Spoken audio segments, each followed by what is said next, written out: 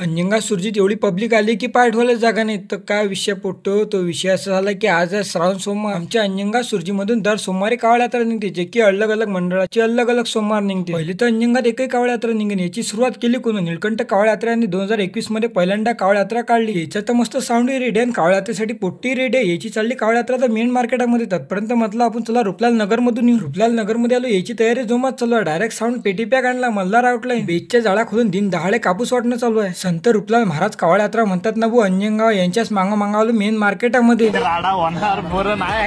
अनुप शेगोकार नाचणार. आपले दोन्ही मंडळ आहेत. पुढच्या मंडळात तर मस्त भालू आणला बा. ना मस्त नाचून आला भालू. आणि मी डायरेक्ट साऊंडच्या गाडीपाशी आलो. पब्लिक तेवढी वाढली रे बा, काय सांगू तुम्हाला. डायरेक्ट साऊंडवर गेले पोट्टे नाचाले. आणि साऊंड कोणता तर कमेंट करून सांगा बरं. ह्या साऊंडची झलक पाहून घ्या तुम्ही.